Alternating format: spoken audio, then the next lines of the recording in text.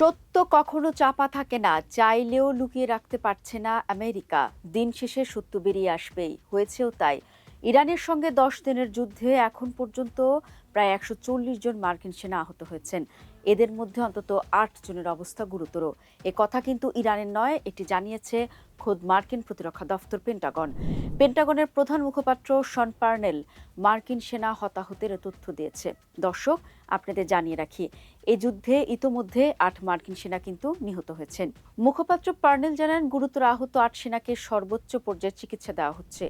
দর্শক, একটি বিষয় জানিয়ে রাখি, আহতদের আসলে কি ধরনের আঘাত লেগেছে সে বিষয়ে কিন্তু বিস্তারিত কোনো তথ্য জানায়নি পেন্টাগন। এসবের মধ্যে কিন্তু বিস্ফোরণের ধাক্কায় হওয়া মস্তিষ্কজনিত আঘাত বা ট্রমাটিক ব্রেন ইনজুরি হয়েছে কিনা সেটাও কিন্তু স্পষ্ট করে জানানো হয়নি। তবে একটি কথা জানিয়ে রাখি, বিস্ফোরণজনিত কারণে সেনাদের মস্তিষ্কে আঘাত পাওয়ার আশঙ্কা উড়িয়ে দেওয়া যাচ্ছে না। এই যে হামলা হচ্ছে, এই হামলার গুরুত্ব কিন্তু কয়েকটি কারণে বিশেষভাবে উল্লেখযোগ্য, সেটি একটু ব্যাখ্যা করা প্রয়োজন। প্রথমত, এতে বিপুল সংখ্যক মার্কিন সেনা আহত হয়েছে। সামরিক সংঘর্ষে আহত হওয়ার ঘটনা নতুন নয়, কিন্তু একসঙ্গে 140 জন সেনা আহত হওয়া বড় ধরনের নিরাপত্তা ব্যর্থতার ইঙ্গিত দেয়। দ্বিতীয়ত, এটি আঞ্চলিক উত্তেজনা আরও বাড়িয়ে দিতে পারে। মধ্যপ্রাচ্যে ইতোমধ্যে বিভিন্ন দেশ ও গোষ্ঠীর মধ্যে সংঘর্ষ চলছে। এ ঘটনার ফলে নতুন করে সামরিক প্রতিক্রিয়া দেখা দিলে পরিস্থিতি আরও জটিল হয়ে উঠতে পারে। এখানে একটি কথা বলা দরকার দর্শক, আপনারা জানেন যে মার্কিন সেনা যখন হতাহত হয়েছে সেটির কিন্তু প্রতিশোধ নিতে আরও বড় ধরনের হামলার হুমকি দিয়েছেন দেশটির প্রতিরক্ষামন্ত্রী পিট হেগসেথ। আর তৃতীয়ত একটি কথা বলতে চাই, এই যে ইরানের হামলায় এত মার্কিন সেনা হতাহত হয়েছে, এটি কিন্তু আন্তর্জাতিক রাজনীতিতেও প্রভাব ফেলতে পারে। কারণ যুক্তরাষ্ট্রের মিত্র দেশগুলো কিন্তু পরিস্থিতি গভীরভাবে পর্যবেক্ষণ করছে। যেখানে মার্কিন সেনাদের তাদের নিরাপত্তা দেওয়ার কথা, উল্টো ইরানের হামলায় নিজেরাই কিন্তু দিশেহারা হয়ে পড়ছে। এখানে একটি বিষয় না বললেই নয়, সেটি হলো সৌদি, কুয়েত, কাতার, বাহরাইনে একের পর এক হামলা চালিয়ে যাচ্ছে ইরান। এর মধ্যে বাহরাইনের সবচেয়ে বেশিবার ইরানের হামলার শিকার হয়েছে। কিন্তু কেন? দর্শক, বাহরাইন মূলত মধ্যপ্রাচ্যের ভূ রাজনৈতিক সংঘাত, ইরানের সাথে বৈরিতা এবং মার্কিন সামরিক উপস্থিতির কারণে বারবার হামলার শিকার হচ্ছে। অঞ্চলটিতে মার্কিন পঞ্চম নৌবহরের প্রধান ঘাঁটি অবস্থিত, যা ইরানকে সবসময় ক্ষুব্ধ করে। মূলত পশ্চিম এশিয়া, পারস্য উপসাগর, লোহিত সাগর এবং আরব সাগরে টহলদারির পাশাপাশি আমেরিকার শত্রুর উপরে আক্রমণ চালানো হয় এই ঘাঁটি থেকেই। কৌশলগত দিক থেকে এই নৌঘাঁটি আমেরিকার কাছে অত্যন্ত গুরুত্বপূর্ণ।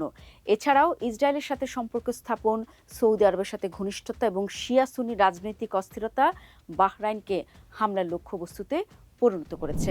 দর্শক, এই যে আমরা এতগুলো দেশের কথা বললাম মধ্যপ্রাচ্যের, মূলত কিন্তু এসব দেশের মার্কিন স্থাপনা বা মার্কিন ঘাঁটি লক্ষ্য করে হামলা চালানো হয়েছে এবং এ কারণেই কিন্তু মার্কিন সেনা হতাহত হচ্ছে। কারণ সরাসরি তো ইরানে গিয়ে মার্কিন সেনাবাহিনী যুদ্ধ শুরু করেনি।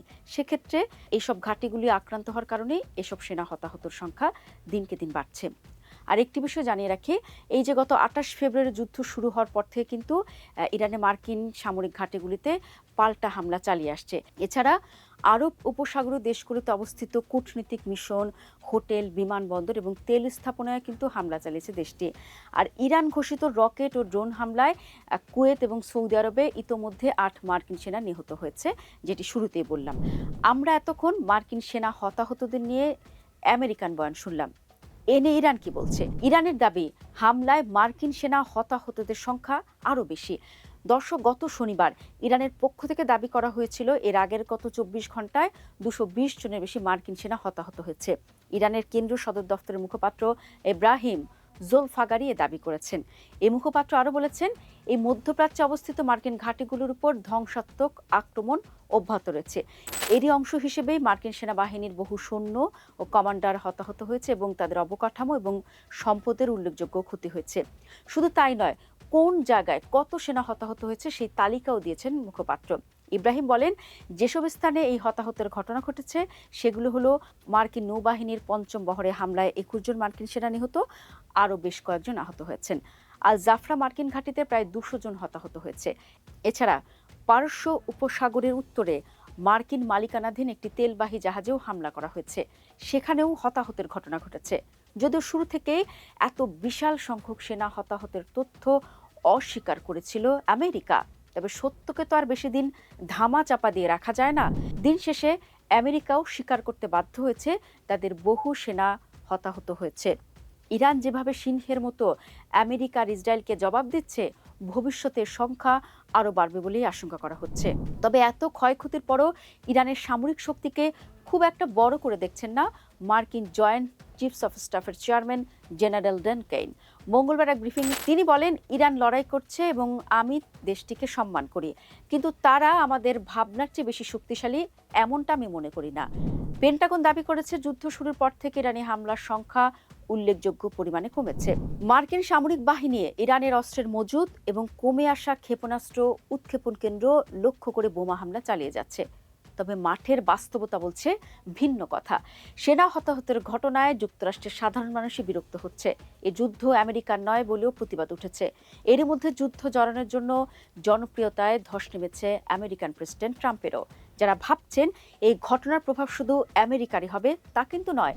বিশেষজ্ঞরা বলছেন এই ঘটনার প্রভাব শুধু যুক্তরাষ্ট্র ইরানের মধ্যেই সীমাবদ্ধ থাকবে না, মধ্যপ্রাচ্যের বিভিন্ন দেশ এতে প্রভাবিত হতে পারে। বিশেষ করে যেসব দেশে মার্কিন সামরিক ঘাঁটি রয়েছে, সেখানে নিরাপত্তা পরিস্থিতি আরও কঠোর হতে পারে।